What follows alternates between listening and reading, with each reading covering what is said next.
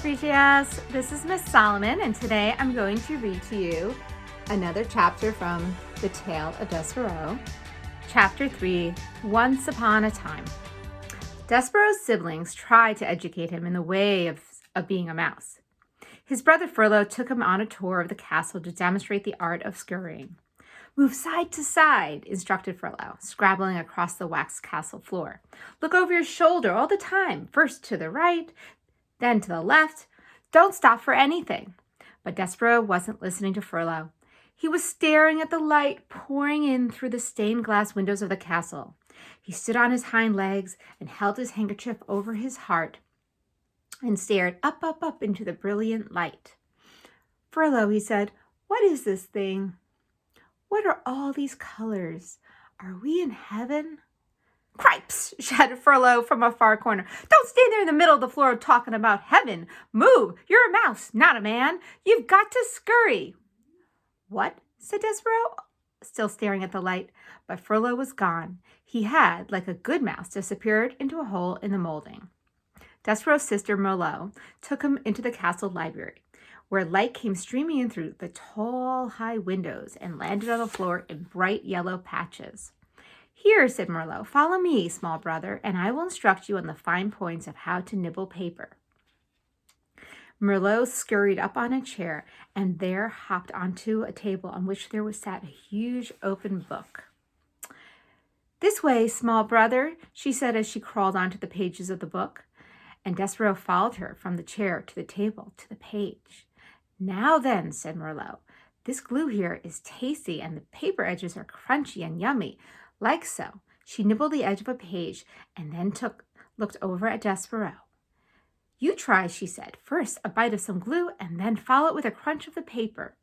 And these squiggles, they are just very tasty. Despereaux looked down at the book and something remarkable happened. The marks on the pages, the squiggles, as Merlot referred to them, arranged themselves into shapes. The shapes arranged themselves into words, and the words spelled out a delicious and wonderful phrase. Once upon a time. Once upon a time, whispered Despereaux. What? Said Merlot. Nothing. Eat, said Merlot. Once upon a time, whispered Despereaux.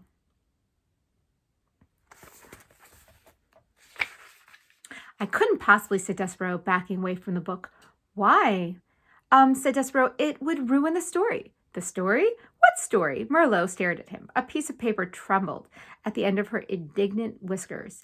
It's just like Pa said when you were born. Something is not right with you. She turned and scurried from the library to tell her parents about the latest disappointment. Despereaux waited until she was gone, and then he reached out and with one paw touched the lovely words again. Once upon a time. He shivered. He sneezed. He blew his nose into his handkerchief. Once upon a time, he said aloud, relishing the sound, and then tracing each word with his paw, he reached the story of a beautiful princess and the brave knight who serves and honors her. Despereaux did not know it, but he would need very soon to be brave himself. Have I mentioned that beneath the castle there was a dungeon? In the dungeon there are rats, large rats, mean rats. Despereaux was destined to meet those rats. Reader, you must know that an interesting fate, sometimes involving rats, sometimes not, awaits almost everyone, mouse or man, who does not conform. I'm going to read that sentence again.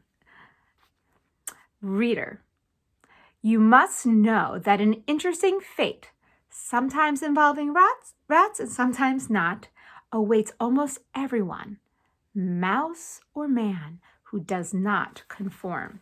And that is the end of chapter 3. Tomorrow we will read chapter 4, Enter the P. Goodbye for now.